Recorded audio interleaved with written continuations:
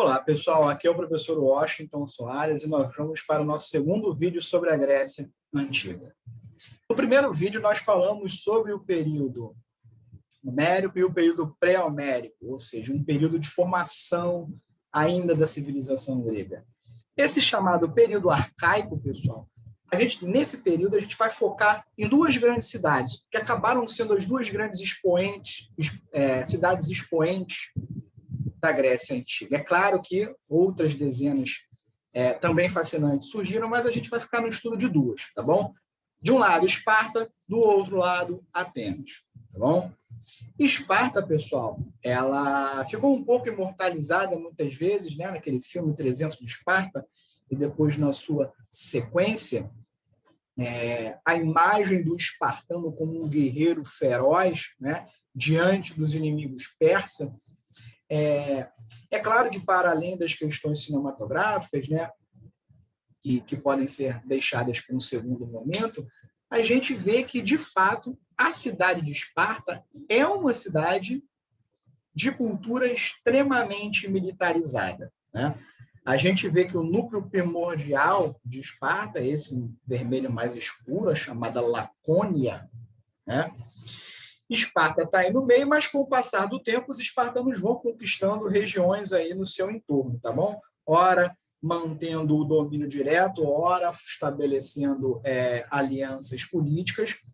Mas a gente vai ver, pessoal, que a grande característica da sociedade espartana é o militarismo, tá bom?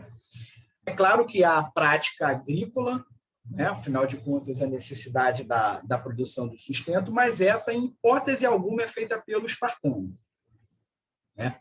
Os espartanos, eles descendem dos dórios, né? Povo belicoso que atacou a região da Península Balcânica, né? Que acabou se fixando aí na Península do Peloponeso, na região da Lapônia. O que aconteceu, pessoal?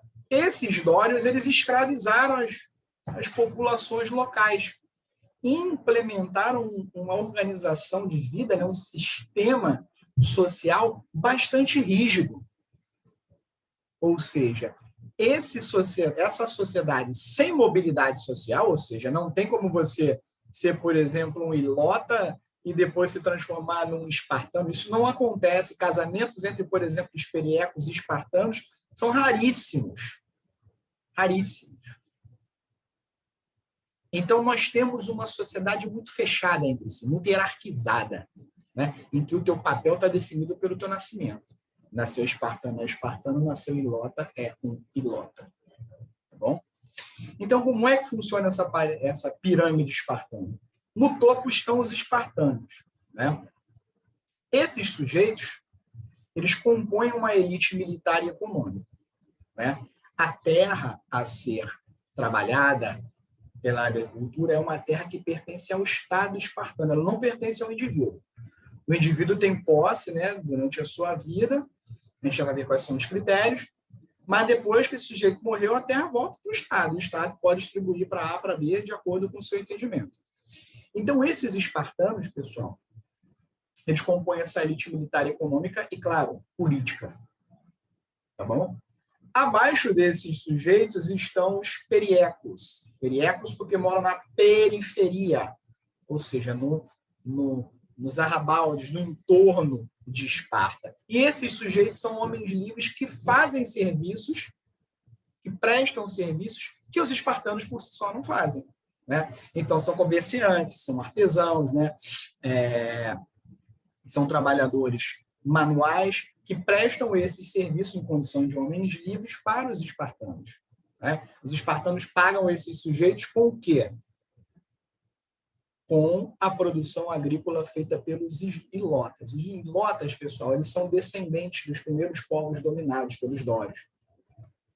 Então, eles são servos do Estado, não é, mais uma vez, repito, do indivíduo, é do Estado, é de Esparta. Tá bom? Então, esse ilota, ele só serve para trabalhar, né? Basicamente na produção agrícola, mas em outras funções também dentro da cidade. Os ilotas, eles compõem a maioria da sociedade. No entanto, eles vivem sob o domínio né, literalmente do terror espartano. Bom, a gente vê que o treinamento, né, o adestramento do cidadão espartano, ele é bastante pesado, né?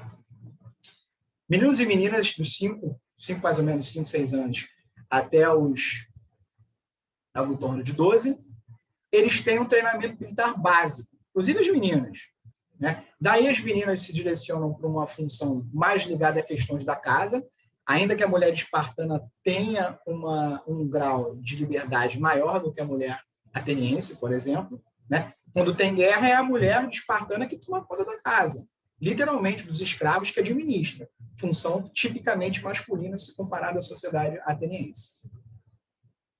Bom, os meninos, aos 12, continuam o seu treinamento militar, até os 17, depois eles fazem um rito de passagem, né? A partir desse rito de passagem, eles ingressam no exército espartano e daí ficam até os 30. Aos 30, eles podem casar, né, e constituir família. Aí eles ganham um pedaço de terra, um número X de ilotas, para poder garantir a sua sobrevivência material e da sua família, enquanto a principal função desse sujeito continua sendo a guerra. Até os 60, ele está no serviço, depois vai para a Gerúsia, que é um órgão de política, tá bom? Esse sujeito dos 30 aos 60, ele é um cidadão, pode participar das decisões, das tomadas de decisões, mas a política espartana é basicamente uma aristocracia, pessoal. Na verdade, ela é uma diarquia. Nós temos 2 reis, de 2 grandes famílias poderosas, né? Por exemplo, quando um sai para a guerra, o outro fica para tomar conta da cidade. Bom, essa é a realidade espartana. Já voltamos com a realidade ateniense.